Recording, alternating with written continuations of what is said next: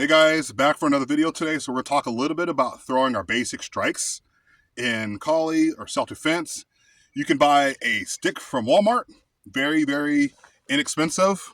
One thing you're actually going to discover when you're first beginning, throwing strikes with sticks is your wrist's going to get pretty sore. So you got to learn how to condition your wrists, to get them to the point where you're able to throw effective strikes. Okay, so first of all, we're going to start with our stance.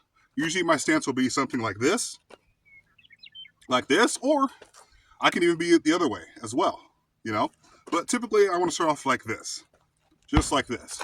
So when I throw my first strike, usually I always have a guard up as well. I never have my stick down here.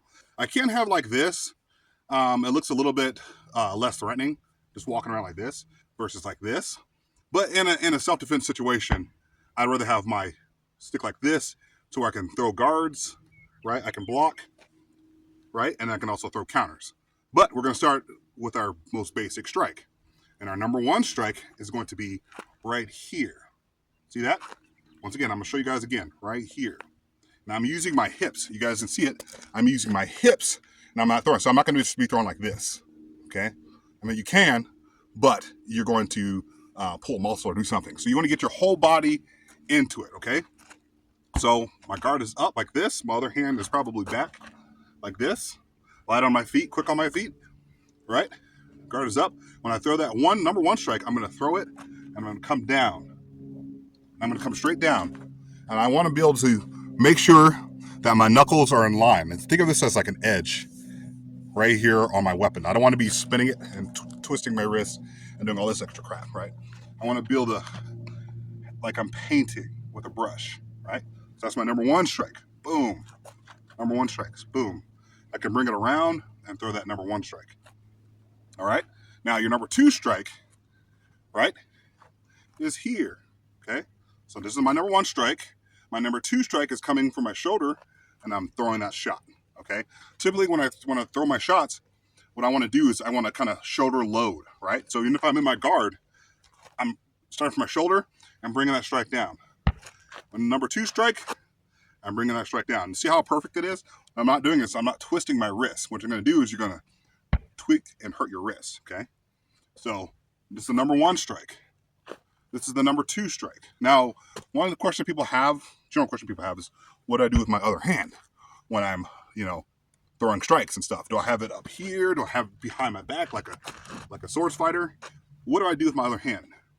And what I do with my other hand, I have my other hand typically about right here, so I can throw different strikes, right, as well. But when I throw that number one strike, what I'm doing is I'm bringing it down to get more momentum. See that? And then when I want to bring the number two, see my hand's already down here, I'm going to throw that number two strike and then come across my chest, just to protect my throat. Pretend like your throat always needs to be protected at all times. So when I throw that number one strike, look, my throat, like, you can't hit me from here. You can hit my shoulder, hit my face, but you can't hit my throat. My throat's very vulnerable. So when I throw that strike, is here. Now when I throw that number two strike, here, right here, and this right here just protects my throat from anything that may be incoming towards my face. Towards my throat is very, very vulnerable. I don't want to be hit in the throat. So just think of it as always, your throat needs to always be protected. It's like when you throw a punch. When you throw a punch, you're not throwing a punch like this, because your throat is very vulnerable to a strike.